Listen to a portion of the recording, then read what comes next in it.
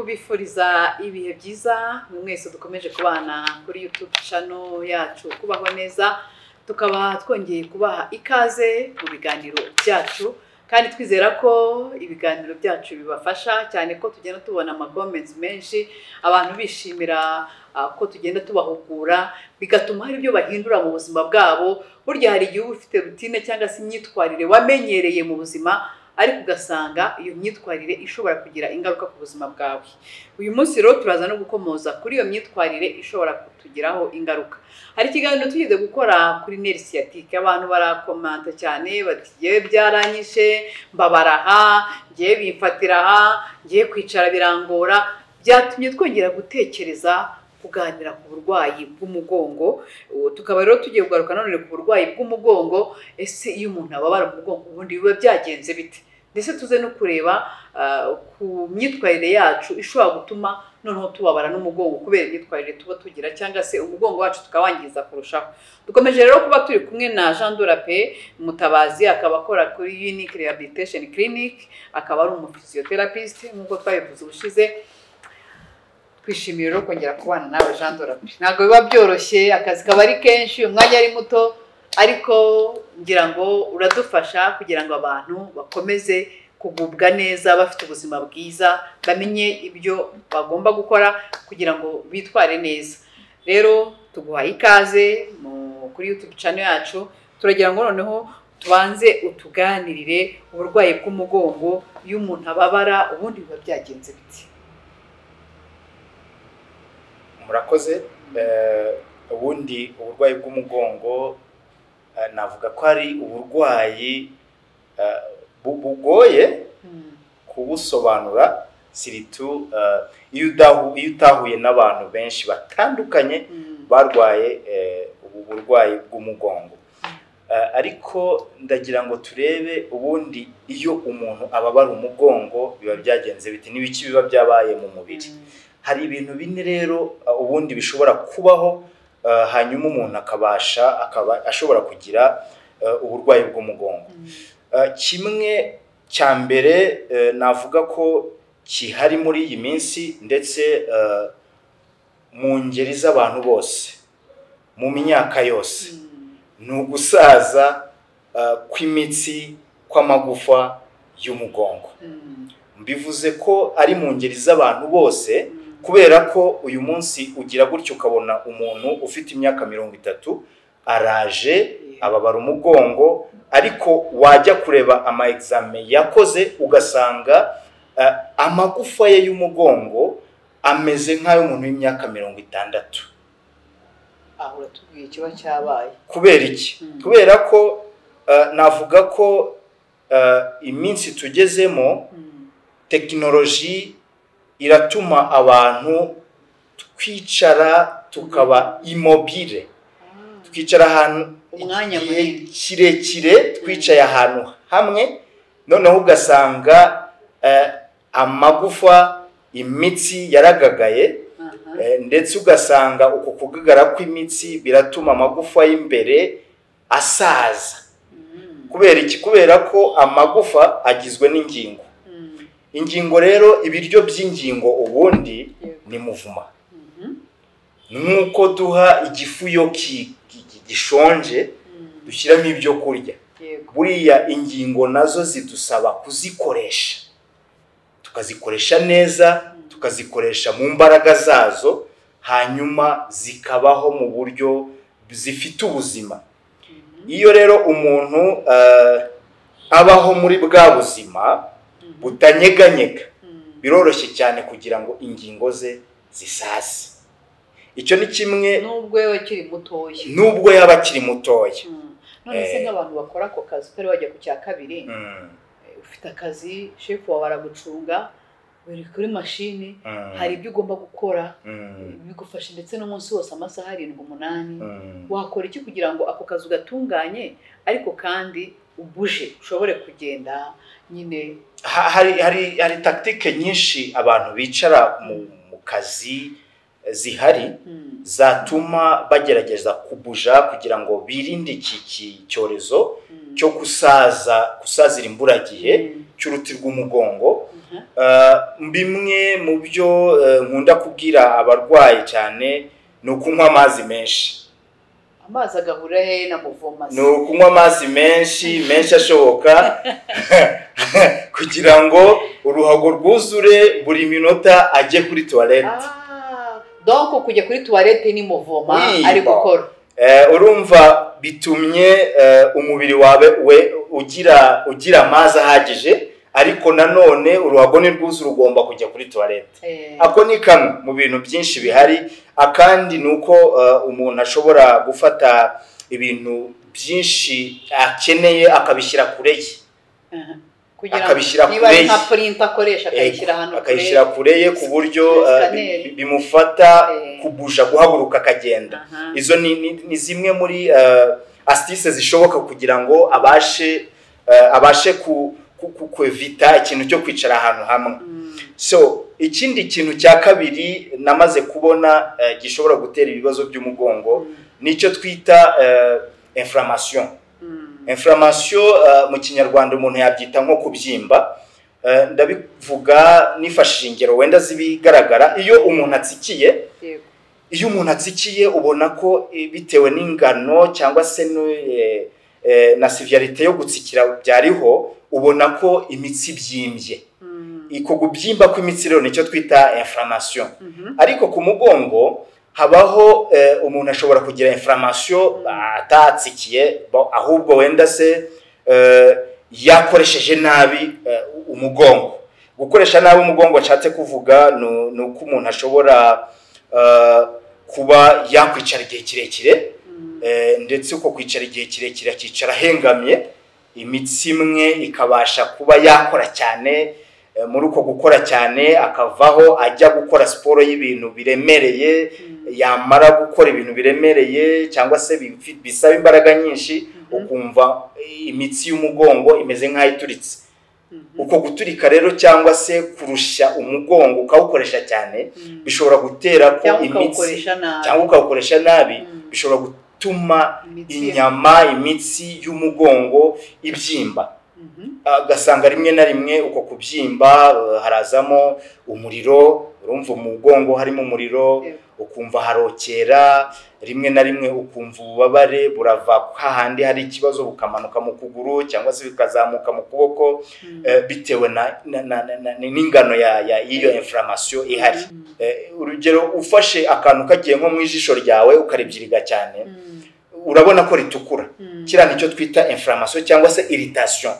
Kira rero gishobora no cyo kuba mu miskili z'umugongo hakaza kubyimba, kandi iyo habyimbye bibangamira ibintu byinshi. Ko ku mugongo si miskili gusa zihaba, haba n'imijyana y'amaraso, haba n'imyakuri hasohokera. So uko kubyimba rero iyo kibyimbye cyafecta circulation, byafecta mu bikanu biturutse ku mugongo, birashoboka kwino biturutse ku mugongo cyane rwose, kubera ko niba habyimbye hashobora kubyimba hagasunika umwakura uhasohokera uza mwino cyangwa se mwivi, none ugasanga urabyumvira iyo ngiyo. So birasaba rero ko umuntu akoresha neza umugongo atawusabye ibibaraga byinshi. Niba wumvise unarushye haguruka ugende kugira ngo ubashe kugabanya inflammation ishobora kubaho hano.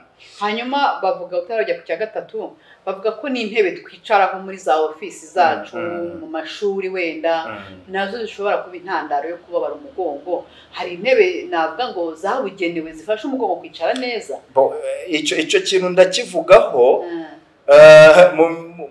mu myaka maze mvura umugongo. Hari ikintu abantu bibeshaho, bimwe mu makosa tuzaza kureba ahazaza. Amakosa umuntu akicara azi ngo afite intebe nziza, koko afite office nziza cyane moderne yamuhenze, noneho ukagenda ukabona yabaye robo yicaye hamwe gusa ngo kubera ko afite office nziza. Ngazi ko iyi comfortable iyo nta kibimaze. Mu by'ukuri nta kibimaze. Kubera iki? Kubera ko nkuko nabivuze, umubiri wacu icyo ukeneye ni ibyo kurya byawo, ni muvoma. Ni muvoma. Nta kindi ukeneye, ntabwo ukeneye intebe y'igitangaza. Ni ngombwa iyo ntebe, ariko mu by'ukuri iyo idakoreshejwe neza nayo nta kibimaze. Nta kibimaze rwose, kuko mfite abarwayi benshi usanga bazifite bakora n'ahantu hakomeye ariko ugasanga mu by'ukuri stili baracyaza hano rimwe na rimwe ugasanga nubwo babaguriye izo ntebe zihambaye ariko ntibazi no kuzikoresha ntibazi no kuvuga ngo ese izi ntebe nubwo tuzifite ese zirahagije kugira ngo umuntu abe yagije yafite ikibazo cy'umugongo. Voilà. Ibyo rero nabyo ntekereza ko ari ikindi abantu bakeneye guhabwaho ubumenyi buhagije kugira ngo umuntu adakora investment kuko zira ntebe zirahenda n'ibikoresho bya office biri ergonomics birahenda ariko nanone abantu bakaba bafite ubumenyi bwo kubikoresha neza kugira ngo donc basigasire uruti rw'umugongo. Hakano byo kuvuga ati umuntu agagerageza gushyira utuntu ari bukenere kure ariko akaba afite intebe irimo imipine kugira ngo ajye kwimprima agacunga agatebe kajya kuri printer ajye kuvoma amazi muri water dispenser agacunga akantu akaba yabaye nk'akamuga mu kagara. Mu by'ukuri urumva ko icyo kintu sinari nigeze ngitekerezaho ariko bibaho nandi nabibonye ariko umuntu urimo kubikora yumve ko arimo kwihemukira umuntu ubikora yumve ko ari kwihemukira. Ubundi ntebe ifite imipine hari icyo yagenewe nayo iyo mipine ntabwo yagenewe ko wicunga ugiye gufata ikintu no wakagombye guhaguruka n'amaguru yawe ukagenda n'amaguru ukabifata ukagaruka ariko kugenda mu ntebe ugira movinga hirya no hino ntabwo ari byo mu by'ukuri ntabwo ari byo abakoresha ni bya bindi abakoresha nabi ya ntebe nziza yaguriwe. Ego. So komeze ku cya gatatu rero hari ibi bibiri bya nyuma nibyo bintera impungenge mu barwayi bose muri iyi miterere cyangwa se muri ubu burwayi bw'umugongo. Icya gatatu nicyo twita guhengama abantu benshi buriya bariho batazi ko bahengamye. Abenshi buriya abantu benshi duhengamye benshi cyane abenshi uzababona abafotographe nibo bazajya ukabona agiye gufata ifoto ariko yarwanye no kugira ngo ugutwi si nkubona donc kahengama yakwegera inyuma gabona yahise agenda biriya ni sinyi bigaragaza ko burya atari amatwi ahengamye ahubwo guhera ku ijosi kumanura uzasanga ari ikibazo cya imbalance aho uzasanga umuntu yarahengamye igice kimwe. Guhengama rero bishobora guterwa n'ibintu byinshi bimwe mu bishobora gutera guhengama hariho ukicara uhengamye uruhande rumwe. Ubundi tubona ko iyo umuntu yicaye agomba kwicara mu buryo bugororotse akaba yumva ko ibice bibiri iburyo n'ibumoso hakoresha imbaraga zingana. Iyo rero umuntu akoresha igice kimwe cyane kurenza ikindi uzasanga uyu muntu yarahengamye urutugu cyangwa se base imwe yarahengamye imwe yarambaye hasi indi iri hejuru. Buriya naha umwitoza abantu badukurikira umuntu azajya imbere ya miruware aho yireba neza peut-être yakwema imyenda yose nibwo yibona neza uko ahengamye. Tubirebera he cyane twebwe nk'abaganga tubirebera ko iyo umuntu ahagaze neza agashyira amaboko mu mpande ukareba hano hari aho uzasanga hamwe ari hanini kurenza ahandi cyangwa se usange hano hari ibicece hari ibintu bya hano ho hararambutse aho n'utuntu dutoya tureba kugira ngo turebe ko umuntu ahengamye cyangwa se ubone urutugu rumwe ruri hejuru ugereranyije n'urundi cyangwa se urebe usange umuntu imyenda yambaye ipantaro ubone ceinture iri hejuru hano iri hejuru hano iri hasi cyangwa se ku bantu bagira usange ishati usange nk'ikaramu iri hejuru hano iri hasi hari utuntu twinshi tureba kugira ngo turebe umuntu adashobora guhita abona ariko nkatwe kuko urumva ni tuba trained observation muri assessment kugira ngo turebe ko umuntu adahengamye. Icyo kintu rero ni ikintu abantu benshi bahuriyeho cyane cyo guhengama ariko bagahengama batabizi. Ikindi kintu cya gatatu gitera ibibazo by'umugongo ni navuga ngo ni imbaraga nkeya z'umugongo. Inyama z'umugongo ugasanga ntizikomeye ku buryo zishobora gutuma wa mugongo wawe uba upright cyangwa se wicara ugenda uhagaze ugororotse neza. Icyo ni ikindi kintu abantu benshi uzasanga bahuriyeho. Kuri ibi bintu bibiri mvuze bwa nyuma rero uzasanga kenshi abantu benshi bajya muri examen guca mu ma MRI cyangwa se scanner everything uzasanga nta kibazo bafite. Aba nibo bantu uzasanga ngo barwaye umugongo igihe kirekire ariko indwara yabaye negative. Nta kintu scanner iri kubona. Yego, kuko scanner ireba zira appareil zireba structure muscles, zireba magufa, zireba iyo mitsi, ntabwo zireba structure y'umuntu yose. Kuko umuntu ashobora gukoresha urutugu nabi rumwe rukazamuka bikafekta umugongo. Iyo rero twebwe tureba kuva ku mutwe kugera hasi ku mano. Umuntu ashobora no kuba afite ibirenge bibwase bikamutera ikibazo cy'umugongo.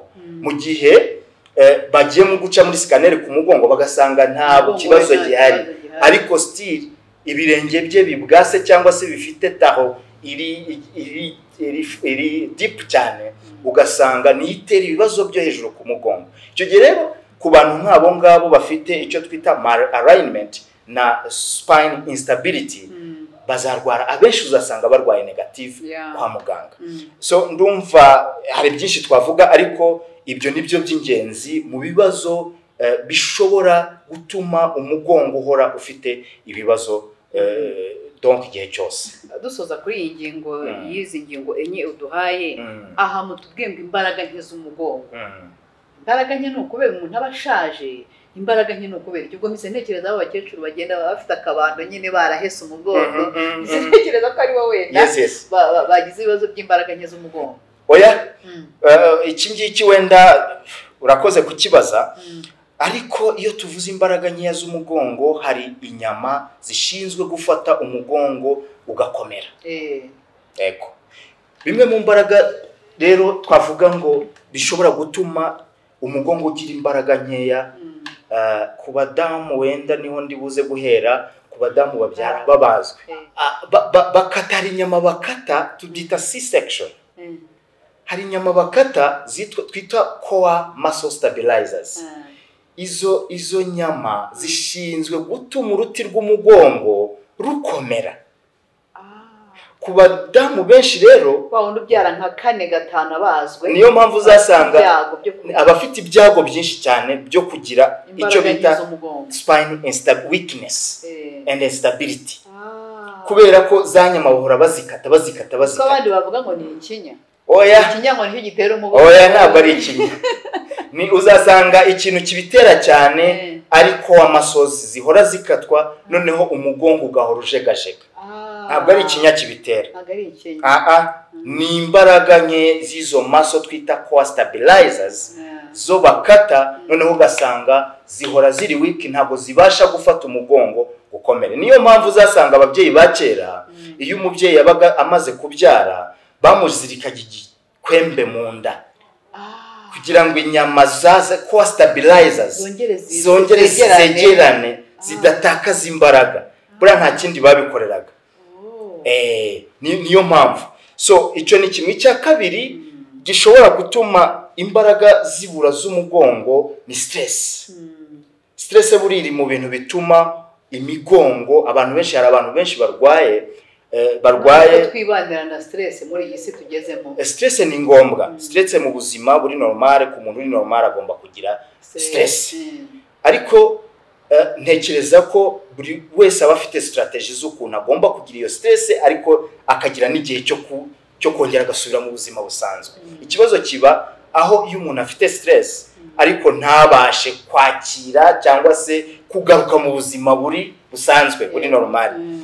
Aho rero iyo umuntu ahora ari stress niho uzasanga umuntu yaragize donc umugongo we uri weak cyane ku buryo nta kintu ashoboye.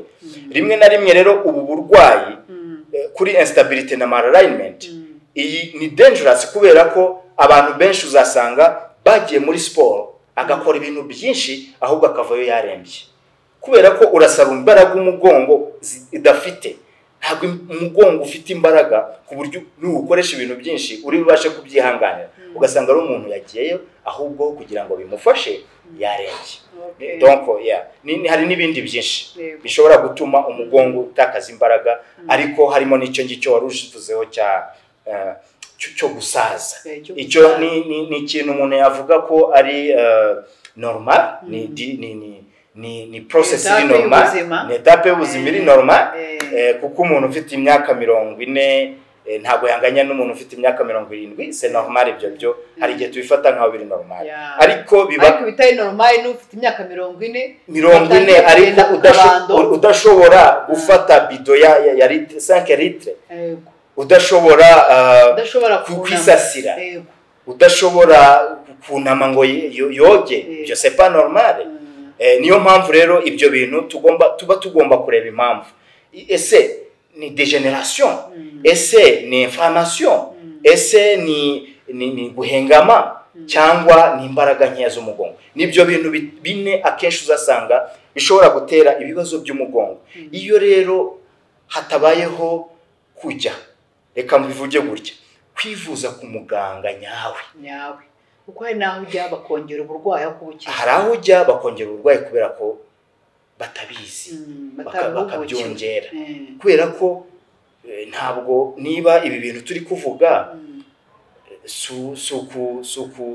su gusebanya, ariko niba urwaye ibi bintu ukajya ku muganga w'amaso kubera ko barahariye, ntacyo azagufasha. Niba urwaye ibi bintu turimo kuvuga ukajya ku muganga wa internal medicine, ntacyo azagufasha. Hariho n'abajya muri farumasi, hari n'abajya muri farumasi za Karuma. Abantu rero bakeneye kumenya ubundi niba ndwaye gutya, ntekereza ko ari n'ikiganiro mushobora kuzakora tugakora, ni hehe najya, niba ndwaye ibicurane ni uwuhe muganga wibanze nshobora kureba specialize. Ku bantu wenda bari nko muri Kigali bashobora kubona abaganga bose bashoboka bari specialize ku ndwara zose zitandukanye. Turamushimiye cyane Jean de la Paix Mutabazi, mu physiotherapist hano kuri Unique Rehabilitation Clinic. Ibiganiro byiza duhaye bijyanye n'impamvu ushobora kumva ubabara umugongo biba byagenze bite. Turamushimiye cyane rero umwanya we yaduhaye, twizera ko namwe mudukurikiye bibafashije tubungabunga ubuzima bwacu kugira ngo tuzagere muri imyaka 70-80 tumeze neza. Njye na Louise Nganyira, ikiganiro ni akagaruka naho ubutaha.